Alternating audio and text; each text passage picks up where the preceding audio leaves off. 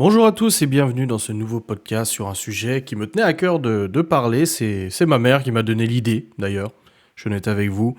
Je choisis ce format de podcast parce que je trouve que ça se marie bien du coup avec le sujet. Voilà, il n'y a pas besoin forcément de voir ma tête en vidéo. Alors le sujet, c'est ma mère. Voilà, elle m'a appelé en me disant ouais, comment tu l'as vécu le fait que j'ai commencé à retravailler alors que t'étais adolescent et tout. Alors on en a un petit peu discuté, je vais vous dire dans cette vidéo. Et elle m'a dit tu devrais peut-être en faire une facecam. Ça serait intéressant que les gens aient ton point de vue.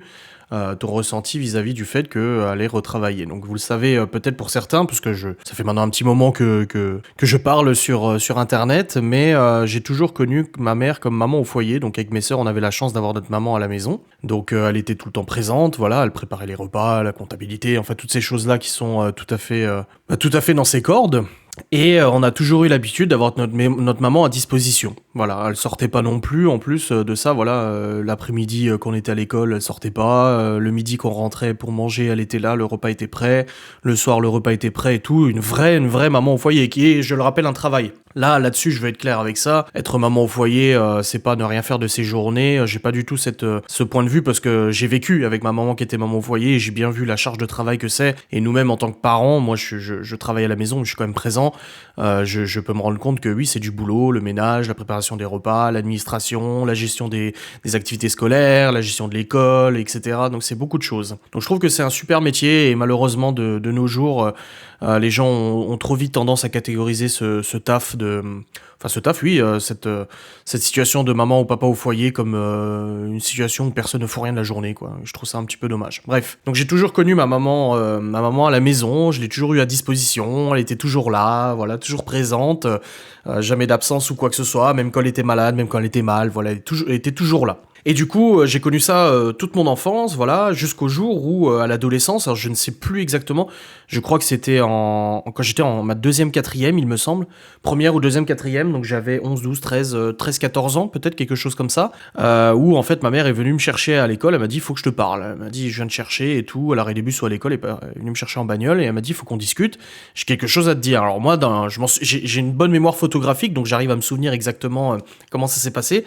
On était en train de conduire dans notre rue principale et tout, on rentrait à la maison, et elle m'a dit, faut que je te dise quelque chose, et là, moi, je me suis dit, ça y est, mes parents, ils divorcent. Voilà, parce que j'ai toujours connu mes parents qui se disputaient et tout ça, tu sais, quand t'es gamin, t'en fais des tonnes et tout ça, donc je savais que c'était pas forcément super ambiance et tout entre eux, donc je me suis dit, ça y est, elle va me dire qu'ils divorcent. En plus, plusieurs fois avec mes sœurs, on a dit, mais putain, vous avez qu'à divorcer au lieu de vous engueuler et tout ça. Et là, elle me dit, bah voilà, tu sais que ton père, il va à la salle de sport, donc mon père, il a fait de la muscu pendant de nombreuses années.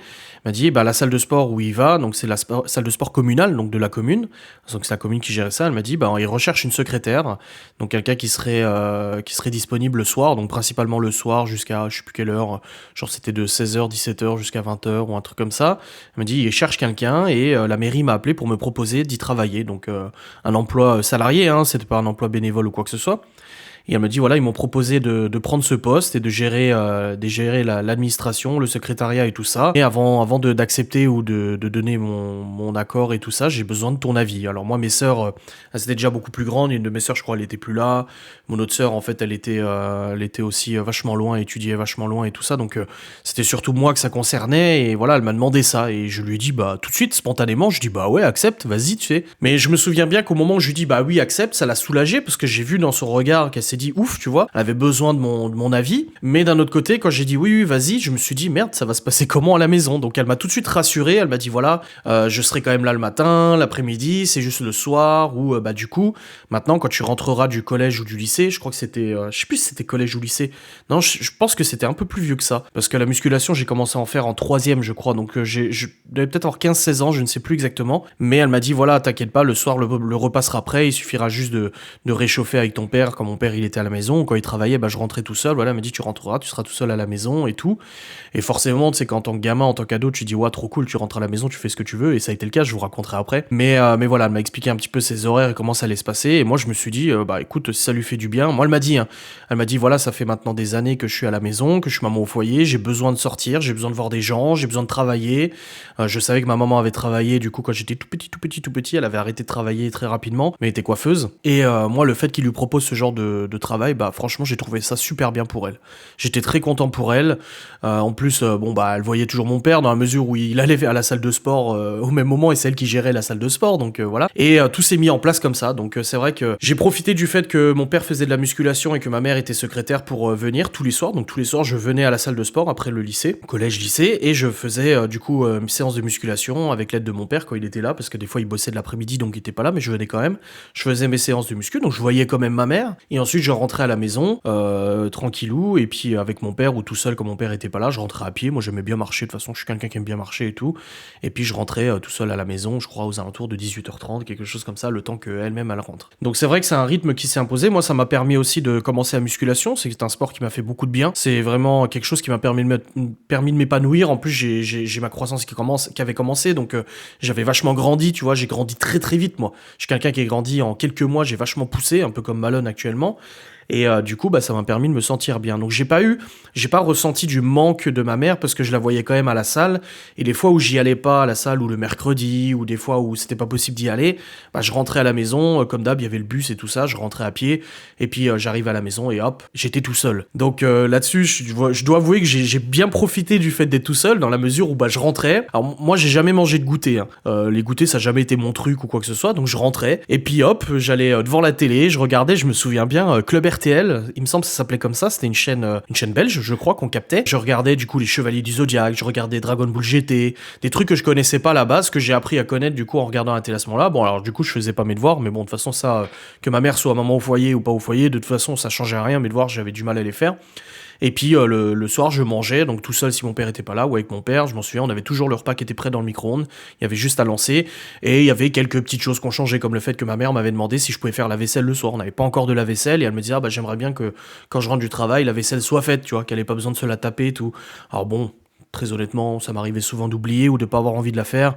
C'est pas très gentil de ma part, mais du coup, ouais, j'avais un peu de mal à faire la vaisselle. Mais voilà, c'était le rythme qu'on avait pris comme ça, et finalement, ça s'est très bien passé. Moi, j'ai été très content pour ma mère. Je pense que c'était important pour elle de retravailler, et ça lui a fait du bien. Plus des fois, c'était bien parce qu'on avait toujours ces moments de complicité que j'ai toujours eu avec ma mère et que je continue d'avoir actuellement. C'est que voilà, quand je venais à la salle de sport pour faire la musculation, si mon père était pas là, surtout quand mon père était pas là, bah, j'allais la voir dans son bureau et on discutait comme ça dans son bureau. Et puis en plus elle avait un ordinateur, alors c'est la petite anecdote aussi qui fait plaisir, il lui avait fourni un ordinateur pour travailler, mais c'était sous Windows 3.1. Alors je sais pas si t'imagines, genre c'était en 2005, Windows 3.1, donc du coup elle galérait, sauf que moi j'arrivais pas trop à l'aider parce que Windows 3.1 moi j'ai connu 95, tu vois, donc c'était un petit peu cocasse, mais on discutait quand même, on arrivait à discuter, je venais la voir dans son bureau, et puis voilà, des fois elle avait un bureau aussi à l'intérieur de la salle pour accueillir les adhérents et tout ça, et c'était toujours le moment de partager, de discuter avec elle et tout. Donc je sais pas si elle avait eu un autre travail qui m'aurait pas permis de continuer de discuter avec elle le soir et tout ça, ça m'aurait pas pesé un petit peu,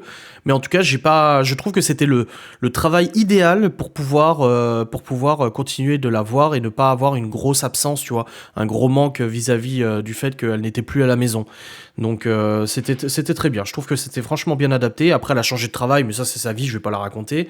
Mais voilà, donc est-ce que j'ai commencé la musculation parce que je continuais à avoir besoin de la voir? C'est possible, j'avais besoin de mes repères. Moi je suis quelqu'un qui a besoin de repères, j'aime bien partir en vacances, mais le manque de repères en fait commence à me peser. Donc je suis quelqu'un qui a besoin de repères, j'ai besoin de savoir où j'habite, normal comme tout le monde, mais j'ai besoin d'éléments qui font mon quotidien. Là typiquement, les vacances scolaires qui viennent de se passer, je vous en ferai un podcast ou une facecam, m'ont pas mal perturbé, m'ont vraiment perturbé dans la tête. Je vous expliquerai pourquoi, parce qu'en fait j'ai perdu un peu les repères qu'on a installés dans notre quotidien depuis l'arrivée des enfants. Et ben là c'était pareil, je pense que j'avais aussi besoin de ce repère, du repère de ma mère, et puis je continuais du coup à la voir en allant à la musculation et tout. Donc c'était très bien. Moi je trouve que franchement c'est un travail qui était bien adapté à ce qu'elle avait besoin, avec des horaires qui étaient franchement, en tout cas pour moi en tant qu'enfant, qui étaient pas contraignantes dans la mesure où bon bah elle était pas là le soir, mais bon après elle rentrait et je la voyais, tu vois.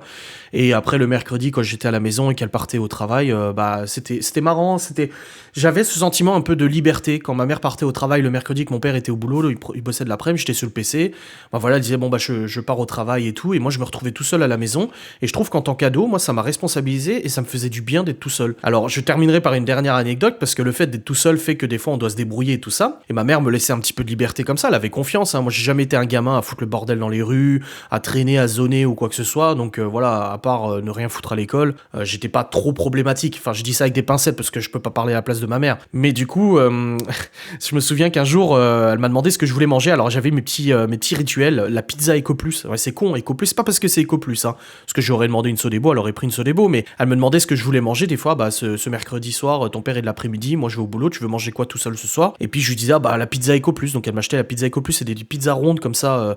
Et c'était bonne. Moi, je les trouvais très bonnes. Et une fois, je lui ai dit, j'aimerais bien manger des potatoes. Sauf que moi, j'avais jamais cuisiné. À part réchauffer des trucs au micro-ondes, je savais pas cuire des pâtes, je savais pas cuire du riz, je savais pas faire tout ça. Et elle m'a dit, bah, je te prends des potatoes et je te montre comment fonctionne le four. Parce qu'il fallait les mettre dans le four. Donc elle m'explique, blabla, faut mettre dans un plat, tu mets au four et tout. Je dis, ouais, comme d'hab, c'est comme tous les ados, t'écoutes à moitié, tu sais. Elle part au boulot, j'arrive pour me faire mes potatoes tout content. Je me dis, putain, je vais cuisiner mes propres potatoes, tu vois. C'est génial. Et là, qu'est-ce que je fais pas? Je fous le four en pyrolyse. Et là, je sais que ma mère, en entendant cette vidéo, elle va rigoler parce qu'elle s'en souvient. Putain, je mets le four en pyrolyse, je marque sur P. Je sais pas pourquoi, je mets sur P parce que le logo c'était le même avec un P devant.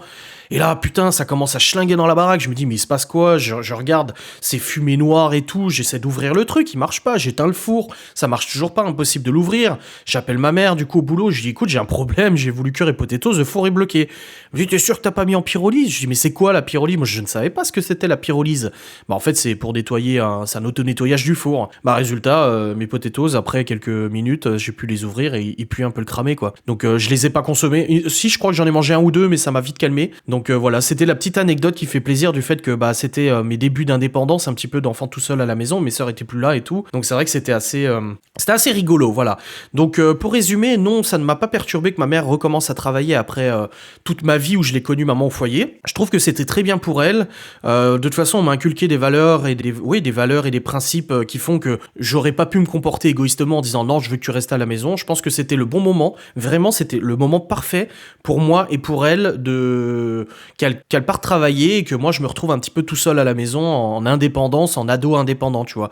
C'est comme là, par exemple, des fois, Malone, il rentre du collège, mais il est tout seul à la maison. C'est très rare parce que je travaille à la maison, mais ça peut arriver. Et du coup, bah, je ressens un petit peu ce que je ressentais, tu sais, tu rentres, t'es là, comme ça, oh putain, il y a pas les parents et tout ça, ça fait un peu bizarre. Mais je pense que c'était le bon moment. Et à mon avis, je l'aurais beaucoup plus mal vécu si ça avait été quelques années auparavant. Voilà, je vous ai fait un podcast sur ma 6e, 5e.